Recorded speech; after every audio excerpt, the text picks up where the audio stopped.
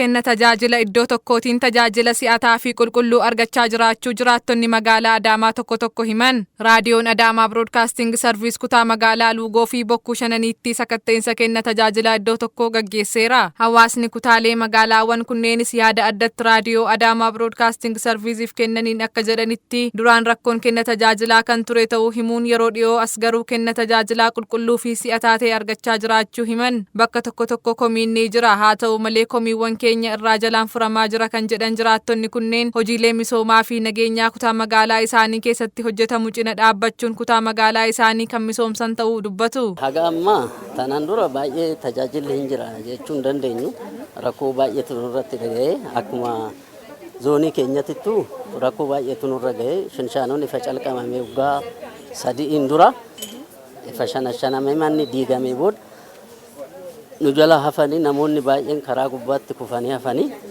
kana deddeebinee gaafannee haga ammaa homaa furmaata hin arganne har'a kun furmaata argachuu keenya siniif hojjetamaa nuun jedhanii jiru.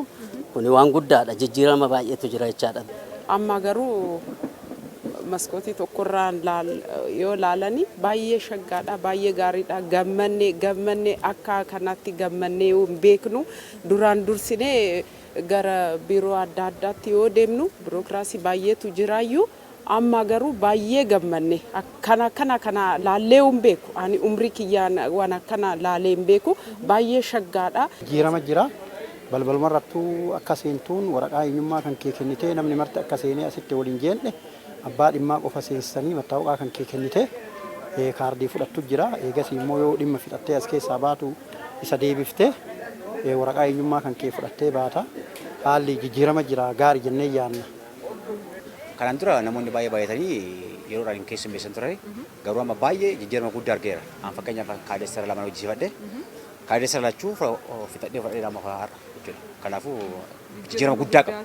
Jijjiirama guddaa jira. Akka duraanii baay'ee namoonni illee baay'ee jiranii garuu baay'ee jijjiirama guddaa jira. Hangara keessatti guddaa gammadeen jira. Hojii raawwachiisaan olaanaa kutaa magaalaa Bokkuu Shananii obbo Turaa Gizaawu turtii addatti raadiyoo Adaamaa Broadcasting Service waliin taasisaniin kenna tajaajilaa iddoo tokkoon akka kutaa magaalaa isaaniitti komiiwwan hedduun furamaa jiraachuu himanii ammas komiiwwan hunda guutummaa guutuutti qulqulleessuuf karoora hiixataa baasanii hojjechaa jiraachuu himan. Egaa akkuma beekamu kenni tajaajilaa magaalaa keenyaa guyyoota 3 kan gaggeeffamu. Hojjaa turaa roobii fi jimaata sadarkaa gandaattis sadarkaa aanattis sadarkaa kutaa magaalattis sadarkaa magaalattis kan gaggeessamudha jechuun hin danda'amu. Egaa erga guyyoonni sagantaa kanaa haalli mijatee sadarkaa naannootiis gadi bu'ee akkasumas magaalli keenyas hojiirra oolchuu jalqabee kutaa magaalaa keenyas hojiirra oolchuu jalqabee hojiin baay'ee bal'aan komiiwwan uummataa hedduun hiikkate jechuun hin danda'amu. Baay'inaan itti quufinsi maamilaatis dabalee jira. Egaa akkuma beekamu kutaan magaalaa kun kutaa magaalaa bal'aadha. Keessattuu komiiwwan hedduu lafaan wal qabatee keessatti kan mul'atudha. Guyyoota hojii guyyoota keenya tajaajilaa hojjaa tura. Roobii fi jimaanni akkuma jirutti ta'ee keenya tajaajila iddoo tokko bakkee hojii raawwachiisaan olaanaan jirutti sadarkaa kutaa magaalaatti roobiidha kan gaggeeffamu. Hawaasni keenya komiin sadarkaa aanaatti mudachuu danda'a waan ta'eef komiin mudatu kun immoo aanaatti furamuu kan hin dandeenye yoo ta'e gara kutaa magaalattii dhufuun akka tajaajilaman ergaa isaanii dabarsanii jiru. Hawaasni keenya yeroo tokko komiin sadarkaadhaan jiru. Sadarkaa aanaatitti namni miidhamuu danda'a. Sadarkaa aanaatitti namni miidhamuu danda'a. Nama sadarkaa aanaatitti miidhame san sadarkaadhaan aanaa san keessatti hiikamuu dadhabe sadarkaa kutaa magaalaatti deemee iyyachuu qaba. Sadarkaa kutaa magaalaatti hiikamuu kan hin dandeenye sadarkaa magaalatitti hiikamaaf waan ta'eef achi deemuu danda'u qaba. Itti gaafatamtuun waajjira hojii raawwachiisaa olaanaa kutaa magaalaa Luugoo Aadde Asaggadach Lammaa yaada raadiyoo Adaamaa Broadcasting Serviceef kennaniin akka kutaa magaalaa isaaniitti abbaan dhimmaa yeroo dhimma isaa galmeeffatu seektaroonni dhimmi isaan bira jiru bakka tokkotti argamuun abbaa dhimmaa keessummeessuun furmaata kennaa jiraachuu himan. Kenna tajaajila iddoo tokko akka kutaa magaalaa keenyatti yeroo maraa harbaa ni gaggeeffama. Yeroo maraa yommuu gaggeessinu abbaan dhimmaa keenya hanga guyyaa harbaatitti guyyaa lama san keessatti dhufeet dhimma isaa ni galmeeffata.